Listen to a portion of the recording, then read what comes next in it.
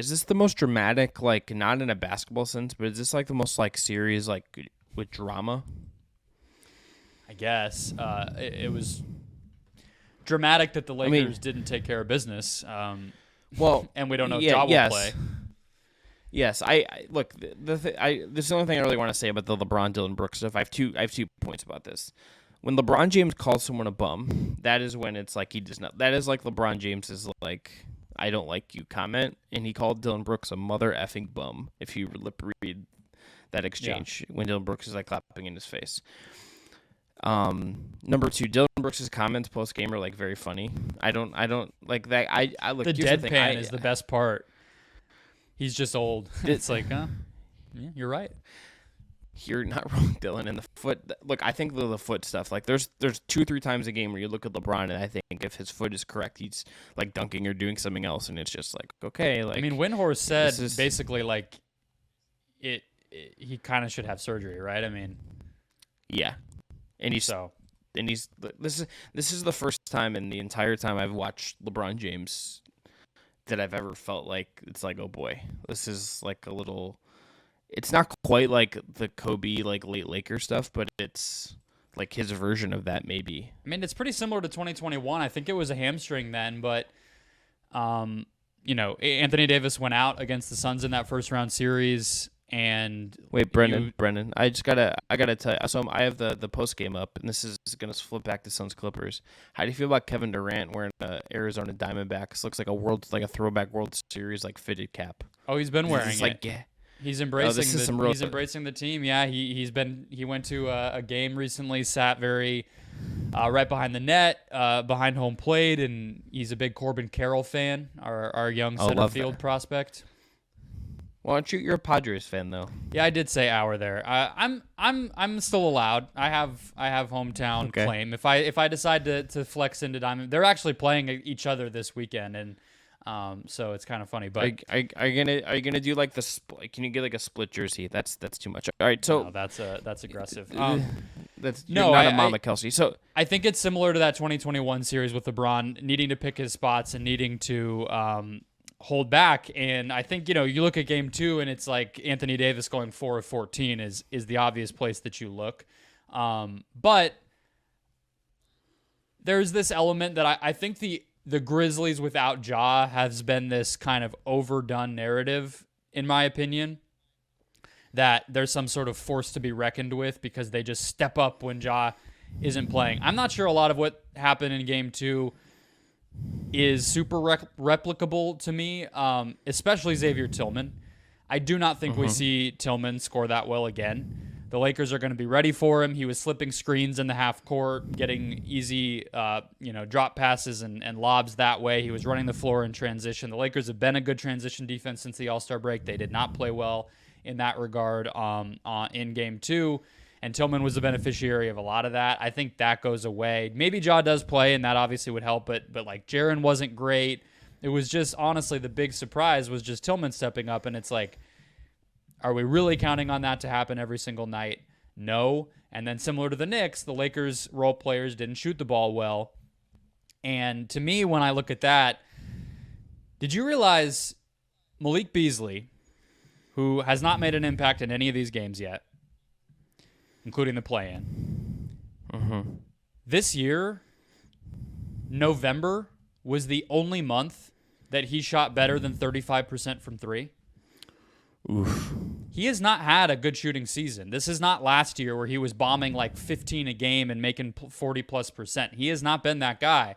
I kind of wonder if you try Lonnie Walker again in the rotation over him, because at the very least, Walker's going to be able to do more with the ball when he does get it rather than just spot up threes. That's really all Malik Beasley is at this point. And if he's not making them, then he's really nothing out there, and he's not going to be a great defender, whereas Lonnie Walker is a pretty good defender. And so I wonder if that could be a little bit of a switch, because the Grizzlies do have waves of guys. They have multiple people who can handle the ball. They have a system that's built on, attacking the second side and trying to move the ball and work at different mismatches and all that stuff. Lonnie being a more versatile defensive piece could help them, and he's been, a league average 3-point shooter, especially when he's open.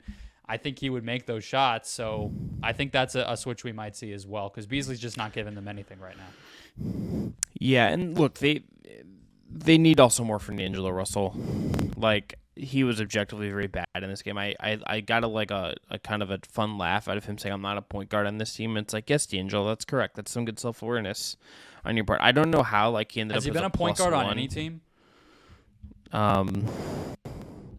He was a point guard when he passed the phone out of the window in that commercial. I was making fun of the Snapchat thing. If you remember that commercial he did with Cat and Book, yeah. That's the only time he's really been a point guard. He's a scorer. That's all that he is, and he's not doing that too well right now. 2 of 11 in game 2, 1 of 5 from 3, 0 free throws. Brother, I don't know what you're doing. I don't know how we ended up as a +1 in that game, but he did. So sure, single game plus minus. Because he plays with the starters all the time. Yeah, but LeBron's like a -17 and Davis was a -4, and I know they played heavier minutes, but Russell played 30. Like, just funny.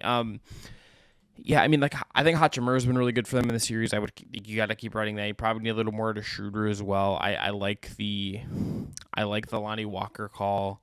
I think that's like a smart way to go. I think to bring it back to LeBron, I think if LeBron has it in him, I think he's dropping 40 in game 3 and Dillon Brooks' head in LA. But we need to see if he has it. Like, it just that to me is like the big thing.